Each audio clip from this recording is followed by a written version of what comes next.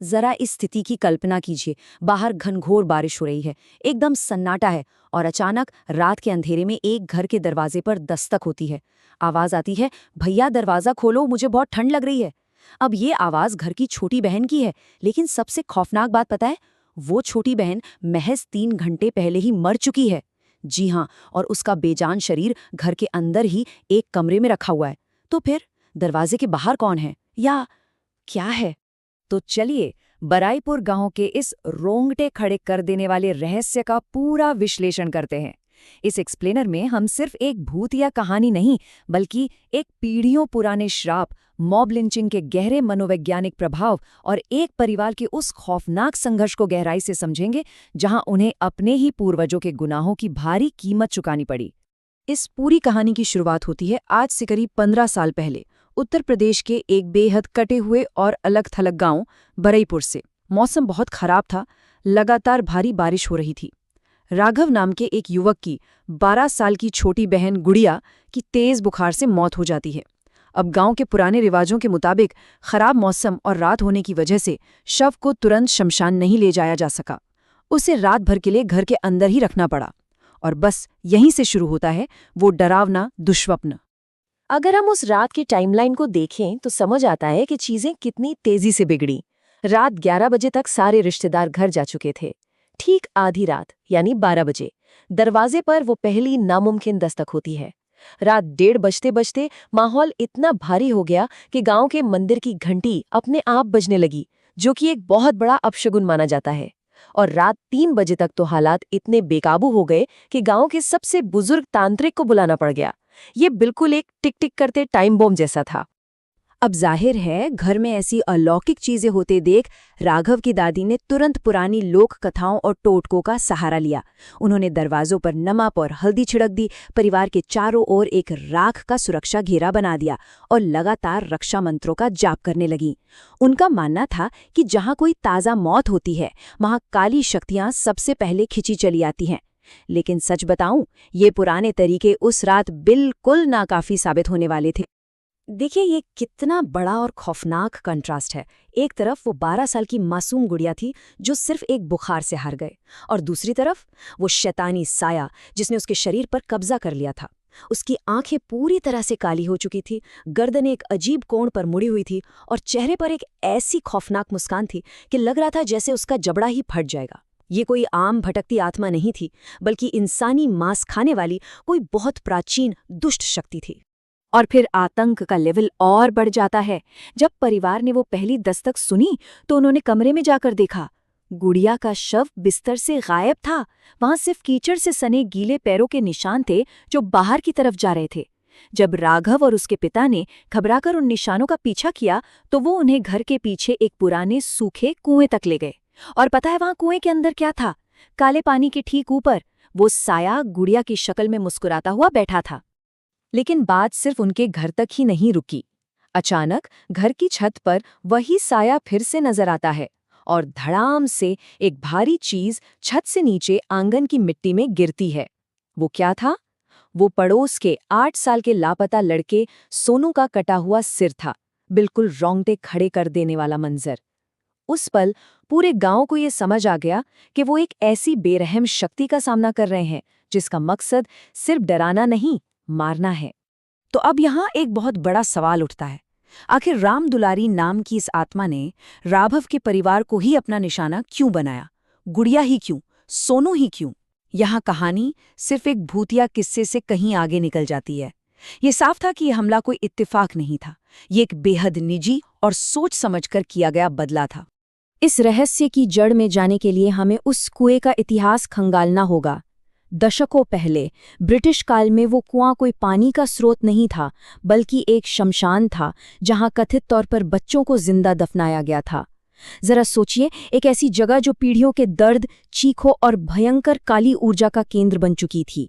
जो भी शक्ति वहां दबी थी वो इतने सालों में और भी ज्यादा खौफनाक और ताकतवर हो गई थी। ऐसे नाजुक वक्त में रात के 3 बजे एंट्री होती है नन्हे बाबा की। 80 साल के नन्हे बाबा गांव की लोक कथाओं और इतिहास के सबसे बड़े जानकार थे। वहां पहुंचते ही वो समझ गए कि ये कोई नॉर्मल भूत प्रेत का केस नहीं है, वो जानते थे कि उस कुएं के नीचे सदियों पुराने राज दफन हैं और गुड़िया का शरीर अब सिर्फ एक कठपुतली बन चुका है। उनका आना ही इस बात का सबूत था कि इस पूरे आतंक का सीधा कनेक्शन गांव के खौफनाक इतिहास से था। नन्हे बाबा की सलाह पर सुबह 4 बजे राघव को चुपचाप गांव से बाहर निकालने की कोशिश की गई, लेकिन भागते कहाँ। कीचड़ भरे खेतों के बीचों बीच उन्हें राम दुलारी की आत्मा और उसके साथ आए सैकड़ों काले सायों ने घेर लिया। ये उन बच्चों की आत्माएं थीं जो कुएं में दबे थे। वे साए लोगों को सच में जिंदा मिट्टी के अंदर खींच रहे थे। गांव पूरी तरह से एक पारलौकिक घेरे में कैद हो चुका था। वहां से निकलना पूरी तरह नामुमकिन था। और अब हम इस विश्लेषण के सबसे परेशान करने वाले हिस्से पर आते हैं।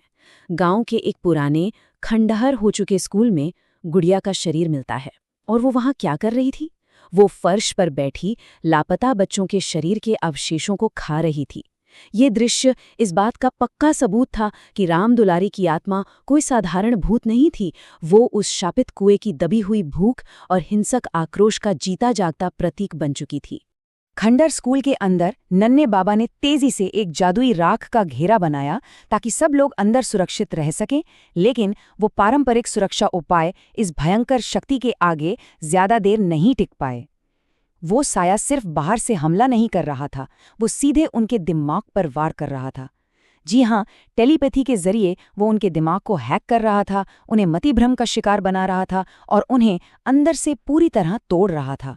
दिमाग में घुसने की उसी शक्ति की वजह से राघव को अचानक एक फ्लैशबैक, एक टेलीपैथिक विजन दिखाई देता है। और यहीं पर कहानी का सबसे बड़ा राज खुलता है। दशकों से पूरे गांव में ये अफवाह थी कि राम दुलारी ने कुएं में कूदकर अपनी जान दे दी थी, लेकिन ये पूरी तरह से एक झूठ था। असली सच ये था कि जब गांव में महामारी फैली तो गांव वालों ने उसे डायन समझकर उसकी बेरहमी से मॉब लिंचिंग कर दी थी और उसे जिंदा उस कुएं में फेंक दिया था। लेकिन राघव के लिए सबसे बड़ा झटका अभी बाकी था। उस विजन में उसने देखा कि जिस आदमी ने राम दुलारी को बालों से घसीटकर उस अंधेरे कुएं में धकेला था, वो कोई और नहीं बल्कि खुद राघव के सगे दादा थे। सोचिए, यही वो कारण था जिसकी वजह से ये सब हो रहा था। ये कोई आम भूतिया हमला नहीं था, बल्कि पीढ़ियों से चले आ रहे एक पाप की सजा थी, एक जेनरेशनल गिल्ट जिसे चुकाने की बारी अब राघव के परिवार की थी। और राम दुलारी ने गुड़िया के शरीर को ही क्यों चुना? इसके पीछे की वजह जितनी डरावनी है, उतनी ही रुला देने वाली भी। जब गुड़िया बुखार से तड़पते हुए रो रही थी तो उसकी आवाज़ बिल्कुल राम दुलारी की अपनी बेटी जैसी लग रही थी। वही बेटी जिसे उसके साथ ही उस कुएं में फेंककर मार डाला गया था। उस पूरे भयानक आतंक के पीछे दरअसल एक माँ का अपनी खोई हुई बच्ची को खोजने का एक अंधा और दर्दनाक संघर्ष छिपा था। लेकिन अब इस खौफ के खेल को खत्म करने का वक्त आ गया था। नन्हे बाबा ने एकदम साफ कर दिया कि इस प्राचीन शापित कुएं का मुंह हमेशा के लिए बंद करने का सिर्फ एक ही तरीका है, और उसकी कीमत थी सिर्फ एक जान। एक इंसान को अपनी मर्जी से उस कुएं में कूदकर खुद की बलि देनी होगी। एक जान के बदले पूरे गांव की जान। जब तक वे लोग कुछ फैसला कर पाते, वो कुआं पूरी तरह से जीवित हो उठा था। काले पानी के उबलने के साथ ही दशकों से दबे हुए पाप और अन्याय साक्षात रूप लेकर सतह पर आ रहे थे। दर्जनों मृत बच्चों की आत्माएं कुएं से बाहर निकल आई थीं और गांव वालों को घूर रही थीं। वो सब अपना उधार चुकाने, अपने साथ हुए अन्याय का इंसाफ मांगने आई थीं। और यहीं पर ये कहानी अपने क्लाइमैक्स पर पहुंचती है। अपने परिवार के पुराने पापों का प्रायश्चित करने और अपनी छोटी बहन को हमेशा के लिए उस साए से मुक्त कराने के लिए राघव ने सबसे मुश्किल फैसला लिया। वो खुद को उस उबलते भयंकर काले पानी वाले कुएं में फेंक देता है। ये आत्म बलिदान का एक ऐसा पल था जहां खौफ पर परिवार के प्रति प्यार और जिम्मेदारी हावी हो गई थी। कुएं के उस घुप अंधेरे में क्या हुआ? जब राघव नीचे डूब रहा था तो उसका सामना राम दुलारी की आत्मा से होता है। लेकिन इस बार वो कोई डरावना शैतानी साया नहीं थी।